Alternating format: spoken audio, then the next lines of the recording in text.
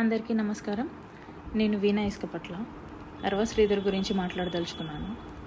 నాకు రీసెంట్గా bail మంజూరైంది, conditional bail.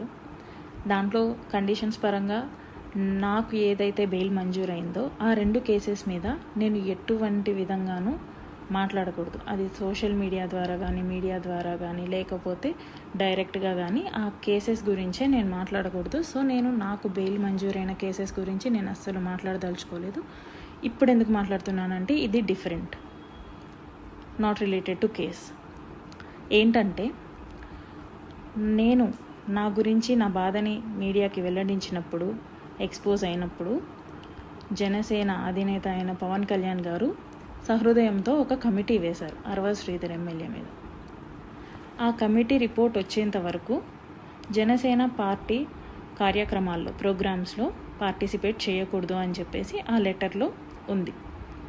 అలాగే కమిటీ వాళ్ళు వచ్చి 2 నెలలు అవుతుంది, 1.5 నెల అవుతుంది. ఎటువంటి రిపోర్ట్ లేదు. రిపోర్ట్ వచ్చేంత వరకు జనసేన పార్టీ ప్రోగ్రామ్స్కి శ్రీధర్ ఇన్వాల్వ్ అవ్వకూడదు, అటెండ్ అవ్వకూడదు అనేది ఆ పార్టీ అధినేత నిర్ణయించిన విషయం అందరికీ తెలిసింది. కాకపోతే ఈరోజు 20వ తారీఖు మార్చిన జనసేన ఎమ్మెల్యే అరవ శ్రీధర్ పార్టీ కండువాని ధరించి ప్రోగ్రామ్కి అటెండ్ అవ్వడం జరిగింది. ఆ ఫొటోస్ని బహిరంగంగా సోషల్ మీడియాలో అందరూ అప్లోడ్ చేయడం జరిగింది.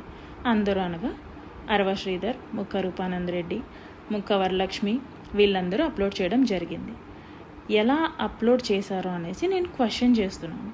ఈ క్వశ్చన్ జనసేన అధినేత పవన్ కళ్యాణ్ గారిని నేను క్వశ్చన్ చేస్తున్నాను. సార్, మీరు ఇంటర్నల్గా ఏమైనా రిపోర్ట్ ఇచ్చారా? క్లియరెన్స్ సర్టిఫికేట్ ఇచ్చారా శ్రీధర్కి?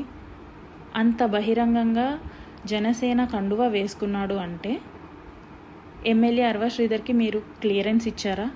రిపోర్ట్ ఇచ్చారా ఇంటర్నల్గా? ఒకవేళ అలాంటి రిపోర్ట్ ఏమన్నా ఇస్తే నాకు కూడా తెలియజేయండి దయచేసి. ఎందుకంటే అతని పార్టీ కండువా వేసుకోవడం ఈజ్ అన్ అఫెన్స్ అనేసి నేను ఈ వీడియో చేస్తున్నాను.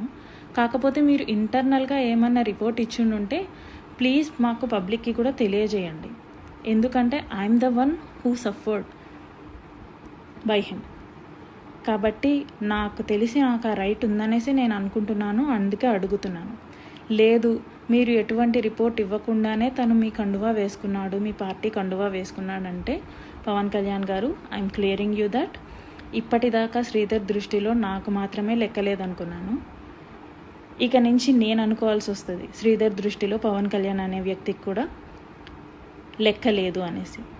శ్రీధర్ పవన్ కళ్యాణ్ని కూడా వ్యతిరేకిస్తున్నాడు అనేసి, పవన్ కళ్యాణ్ గారు చెప్పింది కూడా వ్యతిరేకించి పార్టీ కండువా వేసుకున్నాడు, ప్రోగ్రామ్కి అటెండ్ అయ్యాడు అనేసి. అంటే దీని ఉద్దేశం కమిటీకి వాల్యూ లేదా, పవన్ కళ్యాణ్ గారికి వాల్యూ లేదా, అసలు జనసేన పార్టీకి వాల్యూ లేదా? ఒకవేళ మీరు ఏదైనా అఫీషియల్ లెటర్ కానీ ఇచ్చుంటే ప్లీజ్ అది పబ్లిక్కి కూడా చెప్పండి. ఎందుకంటే ఇది బహిర్గతమైన విషయం.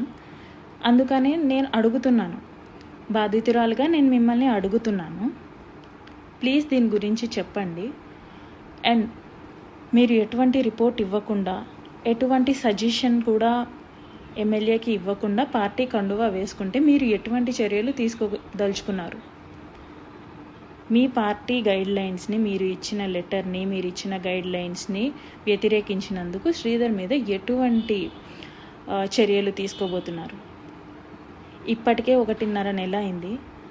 మీ పార్టీ కమిటీ ఎటువంటి రిపోర్ట్ ఇవ్వబోతుంది? అది ఎటువంటి రిపోర్ట్ అయినా పర్వాలేదండి. ఎప్పుడు రిపోర్ట్ ఇవ్వబోతుంది? ఎటువంటి రిపోర్ట్ ఇవ్వబోతుంది?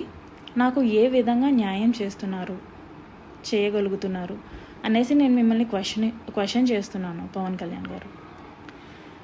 ఇదేంటంటే నాకు చాలా షాకింగ్గా ఉంది.